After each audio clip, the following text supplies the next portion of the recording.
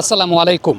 ছোট একটা হাফ সেঞ্চুরির ইনিংস তানজিদ হাসান তামিমের, তবে বলতে হবে যে একটা clean innings by Tanzid Hasan Tamim. অর্থাৎ এই জায়গাটায় তার স্ট্রেংথের সর্বোচ্চ ব্যবহারটা তিনি করেছেন। উইকেটের চতুর্দিকে তিনি শট খেলেছেন। সবচেয়ে ইম্পর্টেন্ট যে ব্যাপারটা সেটা হচ্ছে তার যেটা স্ট্রেংথের জায়গাটা গেল কদিন ধরে খুব মিসিং দেখছিলাম, সেটা হচ্ছে ইনিশিয়ালি পেস বোলাররা যখন বোলিং করতে আসেন ডাউন দ্য ট্র্যাক এগিয়ে এসে তাদেরকে নেগোশিয়েট করা বা ডাউন দ্য ট্র্যাক এগিয়ে এসে ডিল করা, এই কাজটা ফ্রন্ট ফুটের উপর বেস করে তানজিদ তামিম খুব ভালো মতো করতে পারেন। বাট লাস্ট কয়েকটা দিন ধরে এই জায়গাটা অনেক বেশি মাত্রা মিসিং দেখছিলাম যে পেস বোলারদের এগেনস্টে তিনি আসলে আগাচ্ছেন না বা ডাউন দ্য ট্র্যাক যাচ্ছেন না। তানজিদকে আজকের এই ইনিংসে দেখা গেছে পেসের এগেনস্টে কিন্তু ডাউন দ্য উইকেট খুব কমফোর্টেবলি তিনি আগাচ্ছেন।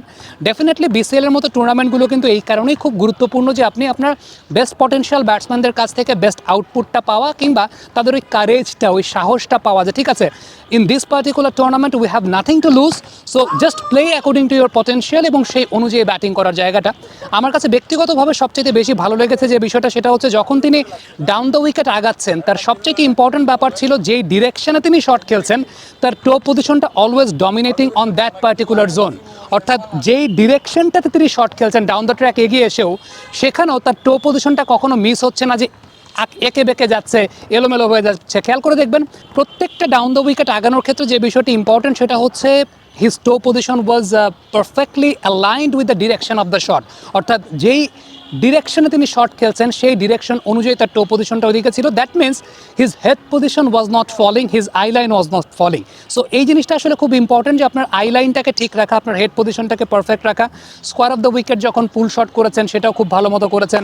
বিশেষ করে ফ্রন্ট ফুটের উপর বেস করে আমি তার ডাউন দ্য ট্র্যাক এগিয়ে এসে ব্যাটিংয়ের যে জায়গাটা বলবো, এটা আমার কাছে সবচাইতে বেশি মাত্রায় মনে হয়েছে যে উল্লেখযোগ্য একটা ব্যাপার। সো ভিডিওটা শেষ করার আগে আমার কাছে মনে হয় যে একটা বিষয় আমরা বলতেই পারি যে ওয়ানডে ফরম্যাটে বাংলাদেশের ওপেনার কারা। আমরা এর আগের দিন একটা ভিডিও করেছিলাম যে 176 রানের পার্টনারশিপ ছিল সাইফ হাসান এবং সৌম্য সরকারের মধ্যে।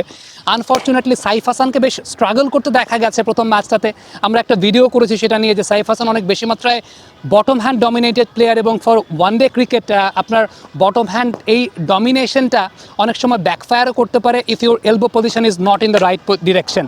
অর্থাৎ আপনার এলবো পজিশনটা যদি রাইট ডিরেকশনে না থাকে সেটা কিন্তু আপনার ব্যাটিংকে অনেক বেশি মাত্রায় হ্যাম্পার করতে হবে whenever you are playing ODI cricket or test match cricket. সেটা নিয়ে একটা বিস্তর অ্যানালাইসিস আমাদের অনফিল্ডের পর্দায় আছে, সেটা আশা করছি আপনারা দেখে নেবেন।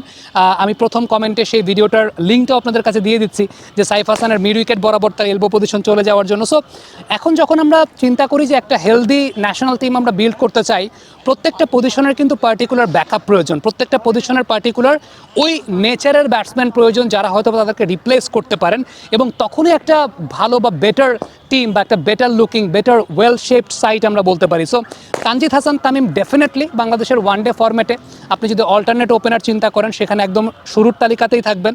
ইভেন আপনি যদি তিনজন ওপেনার চিন্তা করেন, সৌম্য সরকার, সাইফ হাসান, তানজিদ হাসান তামিম, এবং এদের মধ্যেই আসলে একটা হেলদি কম্পিটিশন আসাটা খুব জরুরি, এবং সেই হেলদি কম্পিটিশনটা আমরা প্রত্যাশা করি। অন্তত তানজিদ তামিম তার প্রথম ম্যাচে he was in very well shape, এবং সেটাই প্রমাণ করে যে Tanjid Hasan Tamim he is also available for ODI cricket. ভিডিওটা শেষ করার আগে ছোট্ট একটা টিপস, একটা স্টেশন এখানে সাজানো আছে আপনারা দেখছেন। আমি একটু আগে বলছিলাম যে Tanjid Hasan Tamim down the track এগিয়েছেন, বাট ডাউন দ্য ট্র্যাক এগিয়েও তার টো পজিশনটা কখনো মিস হয় নাই।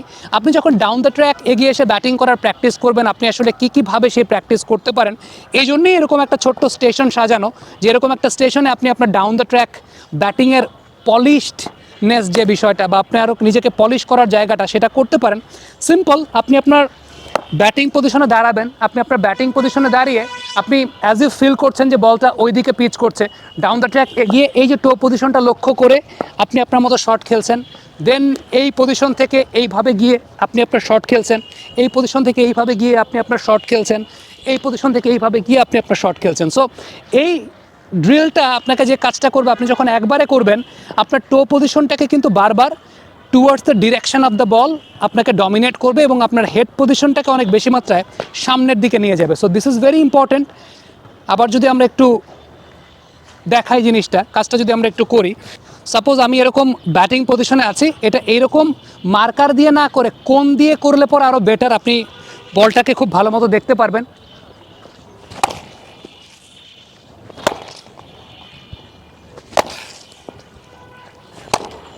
সো প্রত্যেকটা ক্ষেত্রে আপনার যে বিষয়টা ইম্পর্টেন্ট সেটা হচ্ছে আপনার টো পজিশনটাকে ঠিক রাখা, টো পজিশনটাকে অ্যালাইন রাখা within the direction of the ball, within the direction of the shot, অর্থাৎ যে ডিরেকশনে আপনি কি শটটাকে খেলছেন। সো আমার কাছে মনে হয় যে ইয়াং ক্রিকেটার যারা আছেন ডাউন দ্য ট্র্যাক এগিয়ে আসার ক্ষেত্রে, বা আপনি যখন ডাউন দ্য ট্র্যাক এগিয়ে এসে শট খেলবেন, আপনি এই প্র্যাকটিসটাকে বজায় রাখতে পারেন, এই প্র্যাকটিসটা করতে পারেন। Just a simple trick. Comment বক্সে আপনাদের মন্তব্য মতামত জানতে চাই।